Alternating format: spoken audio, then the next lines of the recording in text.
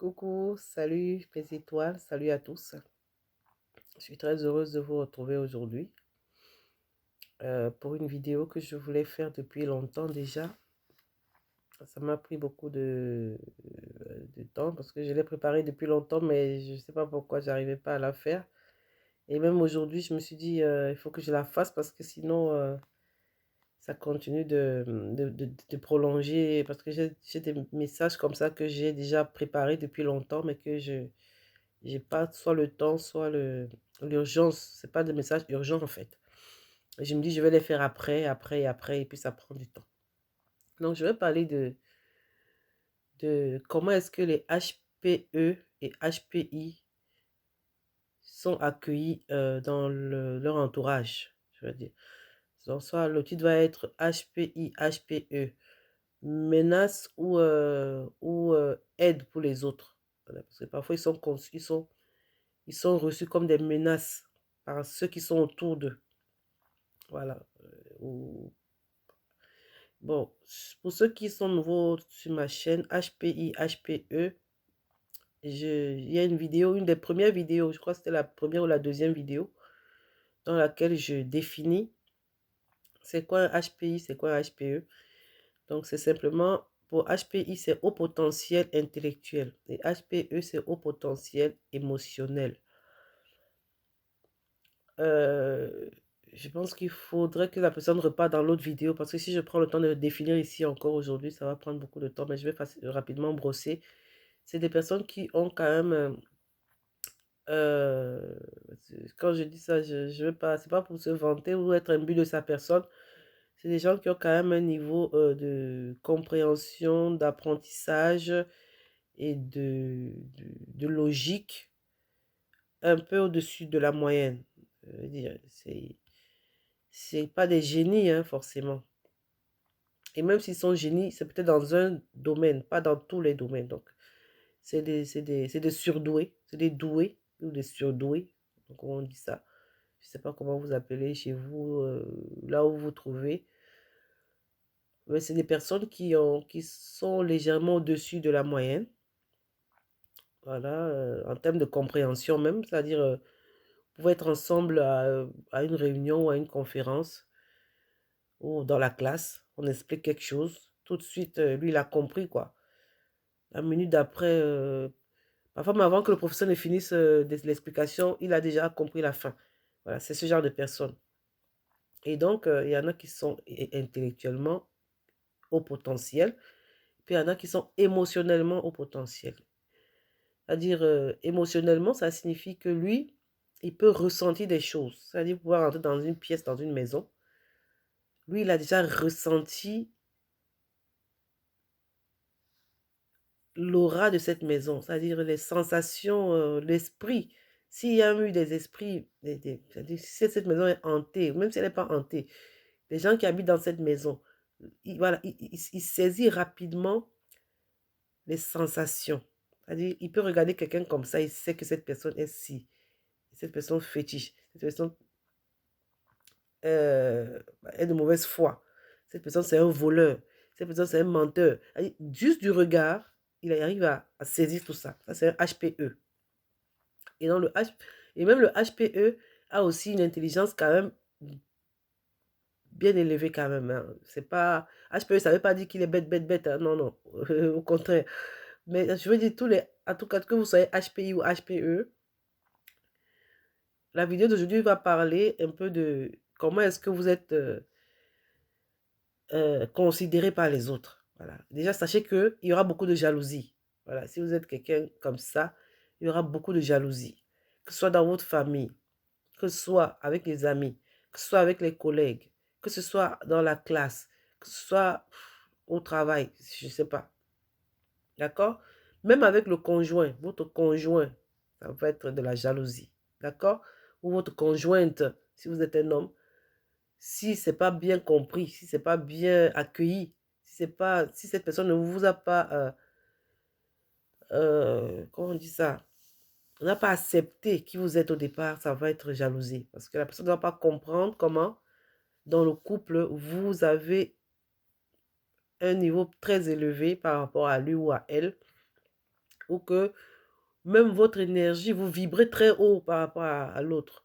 Donc, si la personne n'a pas accepté ça dès le départ, ça va être difficile à la longue. Donc, on va parler de ça aujourd'hui. Et donc, généralement, au début, lorsque les personnes, l'entourage des HP, des hauts potentiels, les rencontrent, ils apparaissent, hein, c'est l'apparence, ils apparaissent comme une menace. Pourquoi? Parce que si un haut potentiel, parce que je vais essayer de ne plus abréger HP, lorsqu'un haut potentiel arrive dans un environnement, en fait, c'est des gens qui brillent, quoi. Ils ont une aura très forte, ils ont une énergie très forte, ils vibrent très haut. Ça fait que quand ils arrivent quelque part, ils marquent leur présence, ils marquent cet environnement de leur présence. C'est-à-dire, tout de suite, ça va se voir que, voilà, c'est waouh, quoi. C'est waouh. C'est souvent des gens qui sont très éloquents, surtout pour les HPE. Le HPI peut être parfois un peu réservé, mais par sa façon d'analyser les situations, les problèmes, de trouver les solutions. Tout de suite, ils ont des solutions aux problèmes, hein. C'est des gens comme ça. Dès qu'ils arrivent quelque part, ils trouvent tout de suite la solution à un problème qui était là depuis longtemps. Les autres personnes étaient là, mais curieusement, il n'y avait pas la solution. Ils n'arrivaient pas à trouver la solution. Et dès qu'il arrive, il va trouver, tac, il va tout de suite voir là où ça bloque. Et il va décanter la situation. C'est des gens, dès qu'ils arrivent, ils en imposent en fait. Et même physiquement, ce sont des gens, voilà, soit qui sont de belles figures, soit de belles tailles.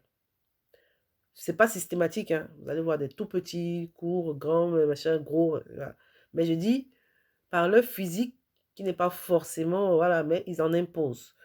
Physiquement, comme je disais, intellectuellement, voilà, ils en imposent. Et comme je disais, éloquent, et l'éloquence, ce sont des gens qui parlent plusieurs langues à la fois. Ils en imposent et ça peut faire peur à ceux qui sont là, voilà, qui sont habitués à leur monotonie de tous les jours, habitués à leur, voilà, à leur vie un peu pâle, quoi. Leur vie normale de tous les jours, qui sont contentes en plus, qui sont contents de ça, ils se contentent de leur vie, voilà, pas très colorée là. Et puis ils sont contents de ça, ils vivent dans ça. Voilà. C'est pas forcément la médiocrité, mais ils vivent dans ça tous les jours, ils sont contents. Et bon, lui, là, quand il arrive, il va vouloir apporter de la lumière, il va vouloir apporter du changement, il va vouloir apporter. Voilà, il va vouloir résoudre les problèmes, c'est surtout ça. Et donc, les autres, ils vont voir ça comme, ah, pourquoi, qu'est-ce qu'on lui a demandé, voilà, nous, on était bien dans notre, voilà, dans notre boue, voilà, on était content comme des petits cochons de se rouler dans la boue, normalement, quoi. Pourquoi lui veut venir nous laver ou veut venir nous sortir de notre train-train quotidien, de notre, voilà, notre monotonie qui nous arrangeait. On était comme ça, c'est vrai, on n'avait pas toutes les solutions, mais au moins on se débrouillait comme ça. Voilà, et on allait finir par trouver, même si c'était dans 10 ans, on allait finir par trouver. Voilà, pourquoi il pense que c'est lui qui va venir nous sauver, c'est lui qui vient nous aider, pourquoi. Voilà, ça, c'est souvent vécu comme ça. Ça va être comme ça, que ce soit dans une entreprise lorsqu'il arrive, et ça tout de suite, il va s'entendre avec les patrons, hein, parce que ce sont ces personnes qui sont les meilleurs amis des maîtres, des maîtresses à l'école, des professeurs au collège. C'est des gens très empathiques, donc du coup, ils arrivent à avoir des liens forts avec des enseignants. Et puis c'est des gens souvent qui sont pas de leur... ils sont précoces, voilà, ils sont très matures avant l'âge. C'est-à-dire, vous allez voir un haut potentiel, même quand il a 10 ans, il ne parle pas avec les enfants de 10 ans. C'est-à-dire, il a 10 ans, mais ses amis, c'est les gens de 15 ans. Ses amis, c'est les gens de 16 ans. Voilà. Quand il aura 16 ans, ses amis, ce seront les gens de 20 ans. Voilà. Ils ne sont pas souvent avec les gens de leur catégorie, de leur tranche d'âge. Voilà, c'est souvent ça. Parce qu'ils sont matures. Voilà. Vous allez voir donc, un haut potentiel qui a par exemple 20 ans ou 25 ans. Elle ne va pas marcher avec les filles de 20 ans, 25 ans. Parce que le raisonnement que ces filles du même âge qu'elles ont, pour elles, c'est un peu banal, quoi. C'est pas bête, mais c'est trop bas. Voilà, parce que quand un haut potentiel a 20 ans, il réfléchit comme quelqu'un de 40 ans, comme quelqu'un de 35 ans. Voilà. Trop de vision, trop de planification, trop de... Voilà, en avance, quoi. Ils sont toujours en avance. Et c'est dès le bas âge, hein. C'est les enfants que dès qu'ils naissent, hein, ils vont marcher tôt, ils vont parler très tôt, très tôt. Pendant que d'autres enfants vont parler à 2 ans et à 1 an, ils parlent. Ils parlent à 1 an. Donc, quand tu vas le mettre avec notre enfant de 1 an qui ne sait pas parler, vous voyez un peu le décalage déjà. Ça commence très tôt le décalage. À 1 an, à 2 ans, à 3 ans. Même à l'école maternelle déjà. Pendant que lui il récite l'alphabet, les autres sont encore en train de chercher A, B, C. Donc, vous voyez, c'est toujours ça. Et même à l'école, ça va toujours être ça. Si vous avez aussi un enfant qui est au potentiel, c'est ce que vous comprenez de quoi je parle. L'enfant, quand il vous ramène des exercices à la maison, parfois vous voyez même les exercices qu'ils sont en train de faire. Vous savez que votre enfant, son niveau est déjà il est au niveau de la classe supérieure. Mais comme il est dans la classe, bon, il fait aussi comme les autres, mais son niveau est élevé. C'est comme ça. Ça va être comme ça tout le temps. Même en entreprise, ça va être comme ça. Avec les collègues, ça va être comme ça. Et donc, ça suscite de la jalousie. Donc, il faut faire attention à ça aussi. Si vous êtes au potentiel, sachez que vous serez jalousé. Donc, que ce soit normal pour vous. Ça ne doit pas vous empêcher de faire votre travail, votre mission. Faire ce que vous êtes venu faire dans cette entreprise et partir quand le moment va venir de partir. Et donc, ça ne doit pas voilà. Faites juste attention avec qui vous parlez, avec ce que vous dites. Et voilà, ne vous laissez pas distraire, quoi. Avec qui vous sortez, avec qui vous mangez, avec qui, voilà. Parce que le monde est devenu bizarre, donc faites attention juste là où vous mettez les pieds, quoi. Voilà, mais sinon, ça va être ça. Donc, comme je disais, que vous soyez dans une association, dans une classe, dans une entreprise, dans tout environnement où vous allez arriver, votre intelligence, votre éloquence, votre sagesse. C'est ça, c'est souvent aussi les gens qui parlent comme des sages, hein. Voilà, quand ils parlent, vous avez l'impression que c'est quelqu'un de 60 ans qui vous parle. Et pourtant, la personne n'a que 30 ans, n'a que 20 ans. Mais ils ont des conseils, ils ont des... Voilà. C'est comme si c'est quelqu'un d'autre qui parle en eux, en fait. Voilà. C'est souvent ça. Et donc, ça peut faire peur aux autres. Sachez que vous faites peur aux autres. Donc, essayez de les rassurer comme vous pouvez, mais beaucoup ne vont pas être rassurés. Donc, ça va aller en frustration. Ils vont commencer à vous haïr pour rien. Voilà, vous faites votre job. Vous êtes là pour faire votre job, d'accord? Donc, la vérité, c'est que les hauts potentiels, c'est les gens qui ne supportent pas la... Si je dis la médiocrité, on va dire que je suis trop dur. Mais c'est vrai, en plus, ils ne supportent pas la médiocrité, d'accord? Ils ne supportent pas de voir il y a un problème qu'on ne peut pas résoudre. Voilà. Ils ne supportent pas le fait qu'on dise que non, c'est impossible, on ne peut rien faire. Ils ne supportent pas les lamentations aussi. La, la, la victimisation. Voilà, il y a ça. Ils ne supportent pas la victimisation, ils ne supportent pas la médiocrité, ils ne supportent pas de voir qu'il y a un vide qui peut être comblé et que bon, voilà, personne ne veut combler le vide, quoi. Personne ne veut vraiment y aller. Il n'y a pas de courageux. Voilà, c'est un peu comme dans les dessins animés, quand vous voyez les super-héros. Tout de suite, dès qu'il y a un truc à faire, pap, il est parti, il réfléchit même pas. C'est pendant qu'il arrive, quand il va arriver devant le truc, il va réfléchir, mais qu'est-ce qu'il faut faire? Parfois, pap, il est parti. Tout de suite, il sait qu'il doit partir, il sait qu'il doit faire ça. Parfois, lui-même, il se demande, mais comment je vais faire? Mais il est déjà parti faire. Voilà. Donc, c'est un peu ça. Il se met un peu en danger aussi. C'est souvent ça, les hauts potentiels qui se mettent beaucoup en danger, qui parfois donnent beaucoup et ne pensent pas assez à eux-mêmes. C'est ça le vrai problème aussi des hauts potentiels. Donc, faites attention à ça. Même quand vous aidez, même quand vous donnez, même quand vous solutionnez les problèmes, pensez un peu à vous aussi. Pensez un peu à votre famille. Pensez un peu à vous-même, à votre santé spirituelle, mentale et physique. Tout ça. D'accord? Mais la vérité, c'est que ils ont horreur du vide, comme je disais.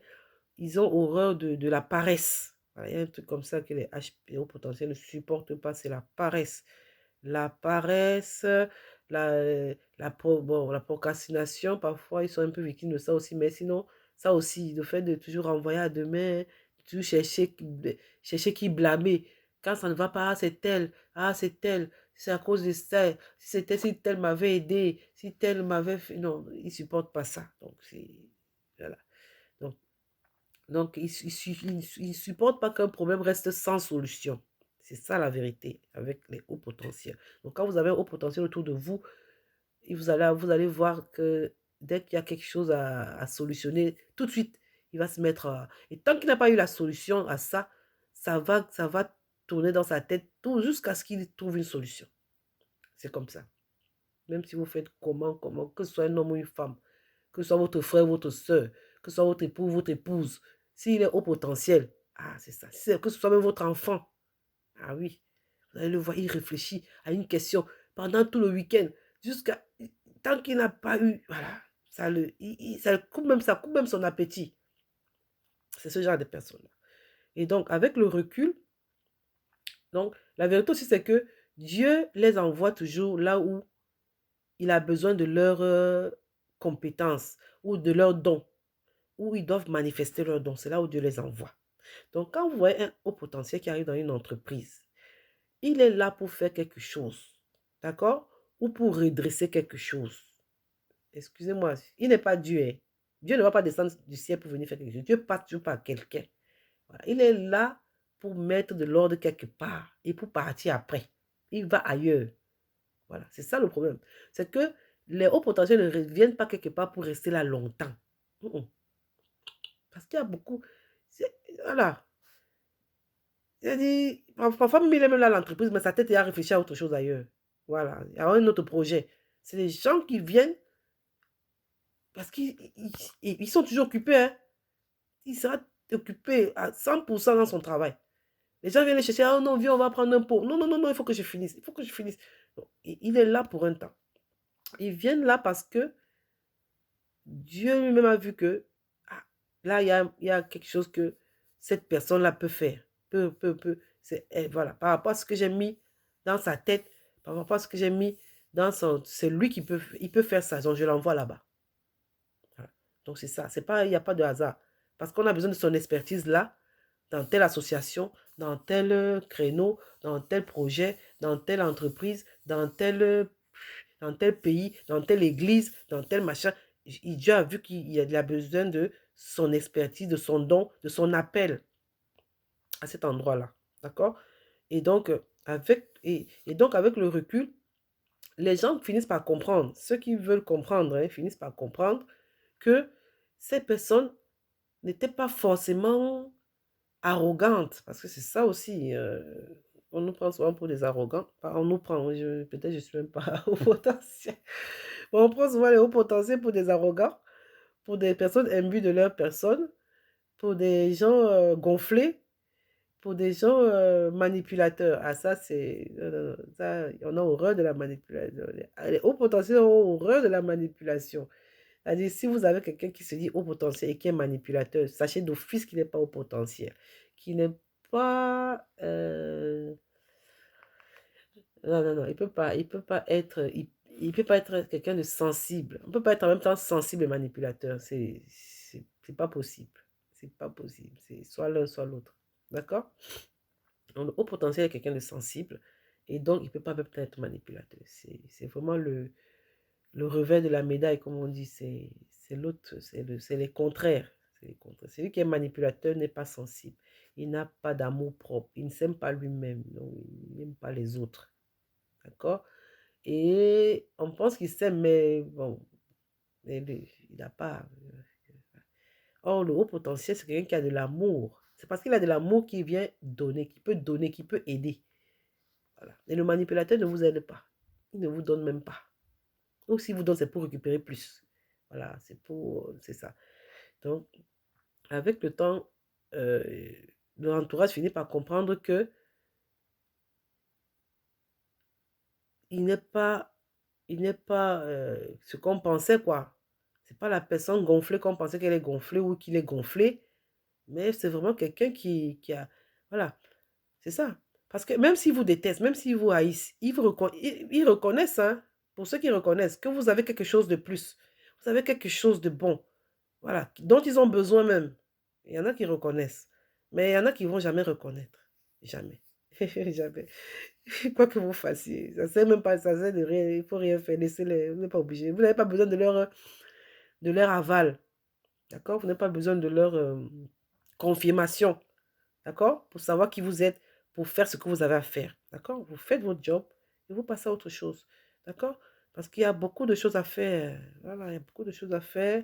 On ne va pas rester à expliquer, à convaincre. Voilà, on n'a pas besoin de convaincre quelqu'un ici.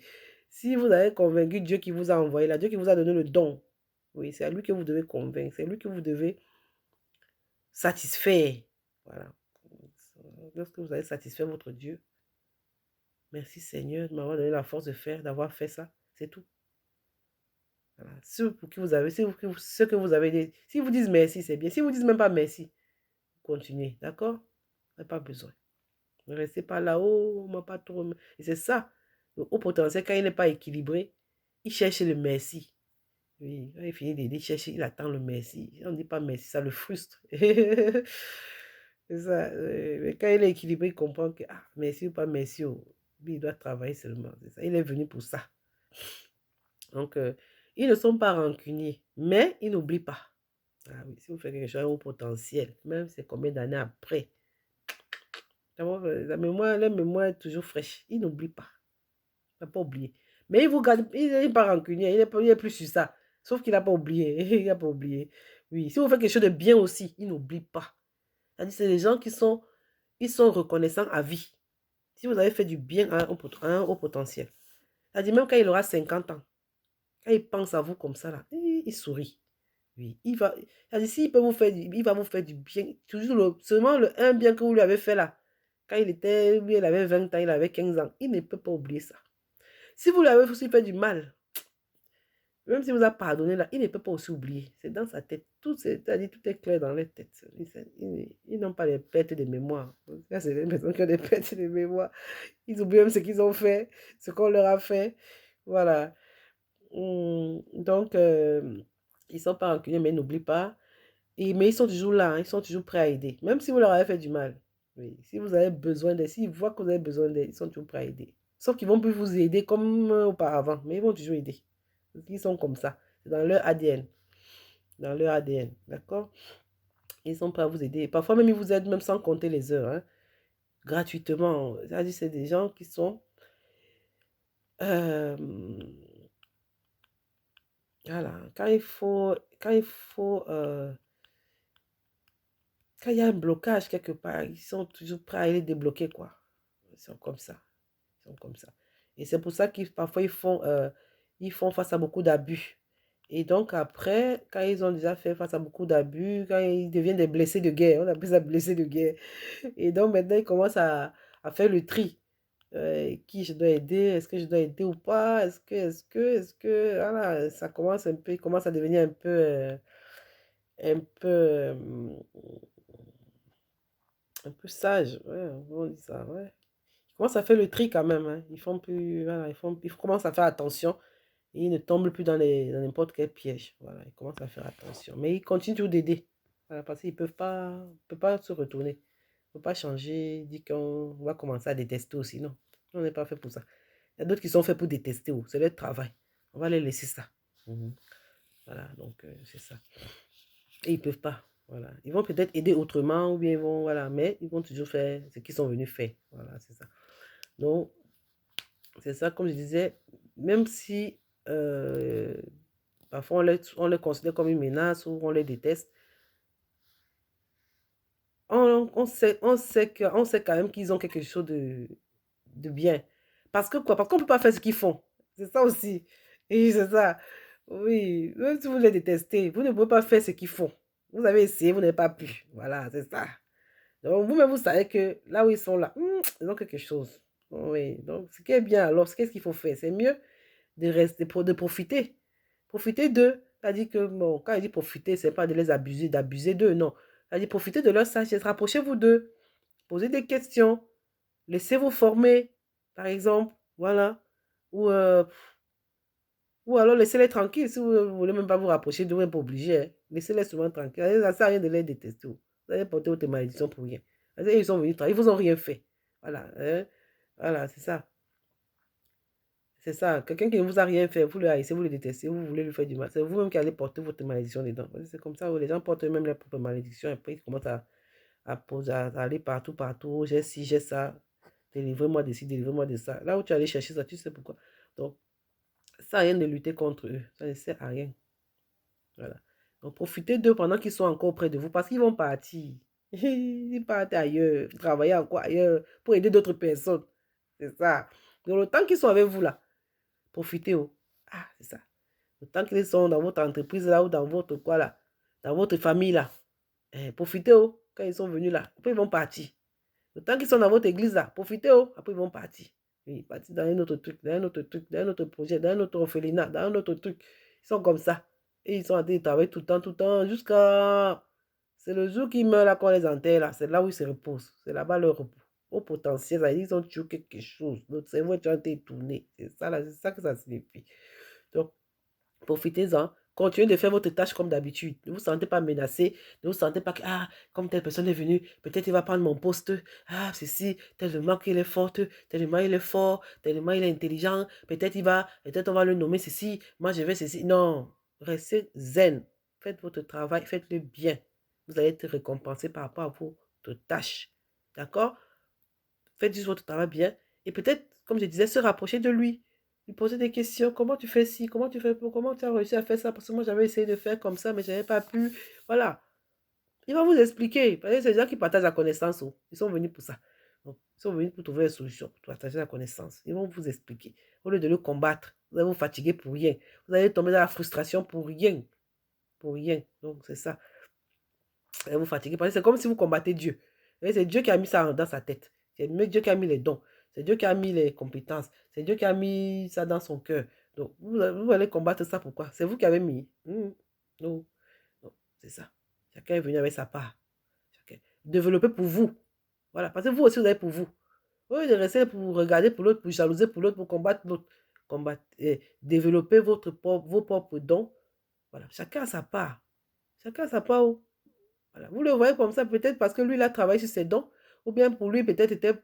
Voilà, c'est Dieu aussi qui choisit. Si Dieu a choisi de vous donner 4, Dieu lui a donné 6. Ah, c'est Dieu qui a choisi. Moi, c'est pas moi qui dis, c'est pas moi qui partage, c'est Dieu qui partage. Donc, ça ne sert à rien de combattre, s'il vous plaît.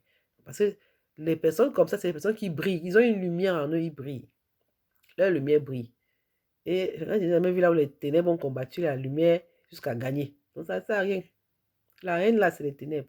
La lumière qui brille, ça ne sert à rien de combattre. Donc, vous l'accompagnez, ou vous rapprochez de lui, ou vous le laissez tranquille, faire son travail. Il va finir, il va partir là où il va continuer sa route. Donc, c'est ça. Ne vous sentez pas menacé ou par quoi que ce soit, quoi. Voilà, vous ne commencez pas à faire les coups montés contre lui. Ça ne sert à rien. Ça n'a pas abouti. Ça n'a pas abouti. Ça n'a pas abouti. Oui, jusqu'à ce que son temps va arriver. Et puis, il va partir. Et même si vous essayez de le faire partir, qu'il parte vraiment, c'est pour aller dans un truc qui est meilleur. Et vous allez encore dire que oui, si on savait, on le laissait même ici. Ici, au moins, il était un petit. Là, on a tout fait pour qu'il parte. Maintenant, il est devenu grand. Là où il est parti, là-bas, c'est encore mieux. Oui, oui, la jalousie va vous tuer seulement. Donc, c'est ça. Oh, c'est ça. Donc, sur ce, je vais vous laisser. C'est ce que j'avais comme message. Donc, HPI, HPE, menace ou aide pour les autres. Je pense que ça va être ça le titre. J'ai encore 2 vidéos à faire. J'ai déjà écrit, j'ai tout écrit déjà, mais le temps pour faire la vidéo, il n'y a pas. C'est ça le problème. Que Dieu m'aide. Que Dieu vous bénisse. Portez-vous bien. Bisous, bisous. Bye.